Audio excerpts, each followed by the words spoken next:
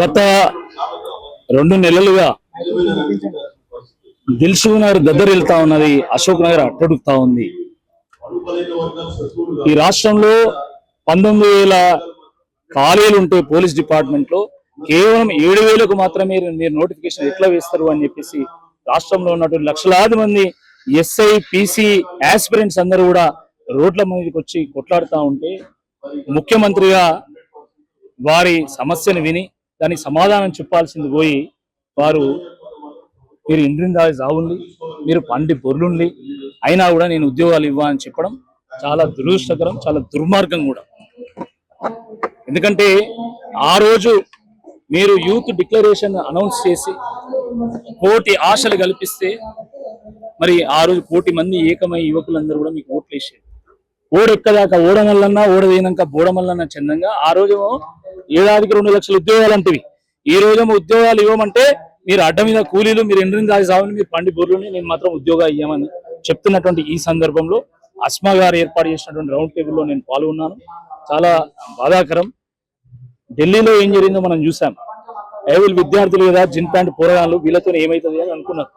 ఏం జరిగింది? ఈ దేశంలో ఉన్నటువంటి విద్యార్థులు యువకులు తిరగబడితే చివరకు కేంద్ర ప్రభుత్వం దిగి రావాల్సి వచ్చింది.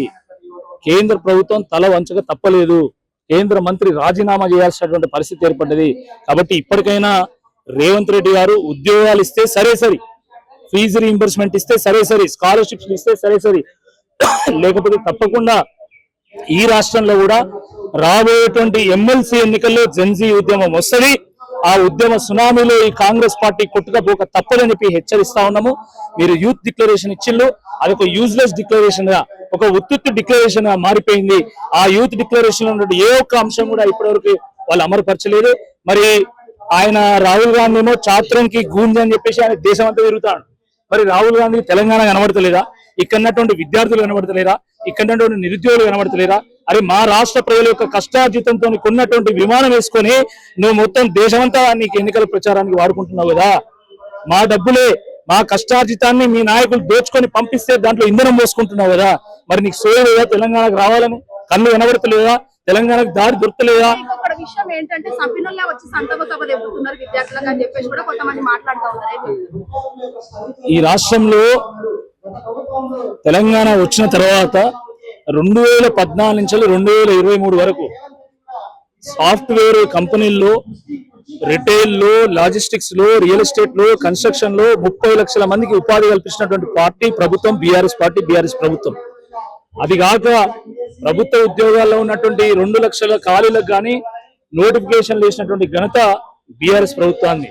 దాంట్లో 1,60,000 ఉద్యోగులను నియమించినటువంటి ఘనత బీఆర్ఎస్ ప్రభుత్వాన్ని. ఒక్క పోలీస్ శాఖలోనే 46,000 ఉద్యోగులను భర్తీ చేసినటువంటి ఘనత మా పార్టీది. సరే, మా హయాంలో చిన్న చిన్న పొరపాట్లు జరిగినా నేను కాదనడం లేదు. గ్రూప్ 1 లీక్ అయింది. అలాంటి పొరపాట్ల వల్ల నిరుద్యోగులు మా మీద కోపంతో మా మీద తిరగబడి ఓట్లు ఇస్తే మేము ఇంటికి పోయినాం. మమ్మల్ని ఓడిచ్చింది, నేను కాదనడం లేదు.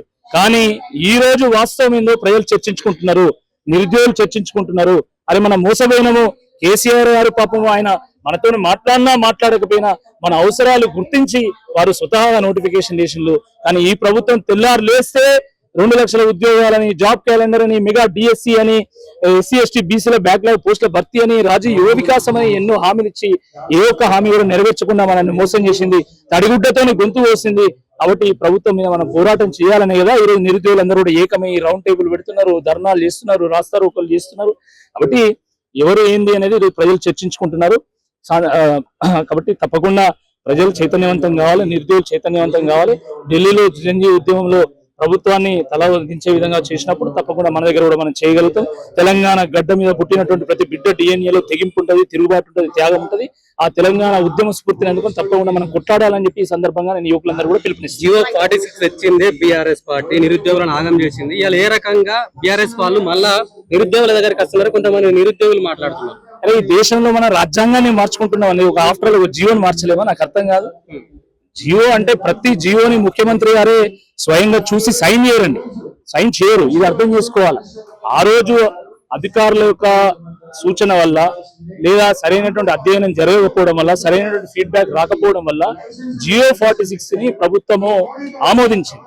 కానీ దానివల్ల జరిగేటువంటి నష్టాన్ని తెలుసుకొని దాన్ని సవరించాలని ప్రయత్నం చేసినా కూడా అప్పటికే కోడ్ వచ్చింది, సాధ్యం కాలేదు. దాని తర్వాత జరిగినటువంటి ఎమ్మెల్సీ ఎన్నికల్లో నేను చెప్పాను, కేటీఆర్ గారు చెప్పారు, నిండు సభల్లో మేము మాట్లాడినాము, GO46 మీరు రద్దు చేస్తామన్నారు. మీరు తప్పకుండా రద్దు చేయాల్సిందే, గెలిచినా ఓడినా GO46 మీద నేను కొట్లాడుతా అని చెప్పినా, నేను ఓడిపోయినా ఇదే GO46 వల్ల నేను ఓడిపోయినా కూడా అదే GO46 కోసము సుప్రీంకోర్టు మెట్లు ఎక్కినాము. తప్పకుండా సుప్రీంకోర్టులో మాకు న్యాయం జరుగుతున్నటువంటి ఒక నమ్మకం ఉన్నది. దేశంలో మనం రాజ్యాంగాన్ని మార్చుకుంటున్నాం, రాజ్యాంగ పీఠికను కూడా మార్చుకుంటున్నాం, అలాంటిది ఒక జీవోను మార్చలేమా అని నాకు అర్థం కాదు. వాళ్ళ అనర్హుల కోసం ఎన్ని జీవోలు తీసుకొస్తాను, వాళ్ళ కాంగ్రెస్ పార్టీ కార్యకర్తల కోసం ఎన్ని జీవోలు తీసుకొస్తాను. PSCS లో రైతు నాయకులుగా ఎన్నుకోబడాలా, కానీ ప్రభుత్వం ఏం చేసింది, ఒక్క జీవో తీసుకొచ్చి ఈ రోజు కాంగ్రెస్ పార్టీలో ఉన్నటువంటి నిరుద్యోగులందరూ కూడా ఉద్యోగ అవకాశాలు కల్పించేటువంటి ప్రయత్నం చేసి నామినేటెడ్ పద్ధతిలో PSCS ఫిల్ చేస్తున్నారే. మరి అలాంటివి ఒక జీవోని మీరు మార్చలేనటువంటి చాతగాని ఒక దద్దమ్మల మీరు అంత నిర్వీర్యం అయిపోయిందా ఈ ప్రభుత్వము? ఒకటి దీనికి సమాధానం చెప్పాలి. మరి ఒకవేళ GO46 మీరే తీసుకొచ్చినా అంతే ఓకే, మరి మీరు రద్దు చేస్తానని చెప్పిండు, ఆ రోజు రద్దు చేయమంటే మరి వాళ్ళు మాకు ఓట్లు వేసేటోళ్ళు ఇంకెవరికైనా ఓటు వేసేటోళ్ళు కావచ్చు. కాబట్టి ఈ దొంగ ముచ్చట్లు మానుకోవాలి. GO46 తీసుకొచ్చింది మేమే, తప్పు జరిగింది, పొరపాటు జరిగింది, ఆ పొరపాటుని సవరించాలని మేము కోరినాము. మీరు మేనిఫెస్టోలో పెట్టిండు, మేము ఓడిపోయినాం, మీరు గెలిచిండు, మీరు అమలు చేసేటువంటి బాధ్యత తీసుకోవాల్సిందే ఈ సందర్భంగా నేను డిమాండ్ చేస్తున్నాను.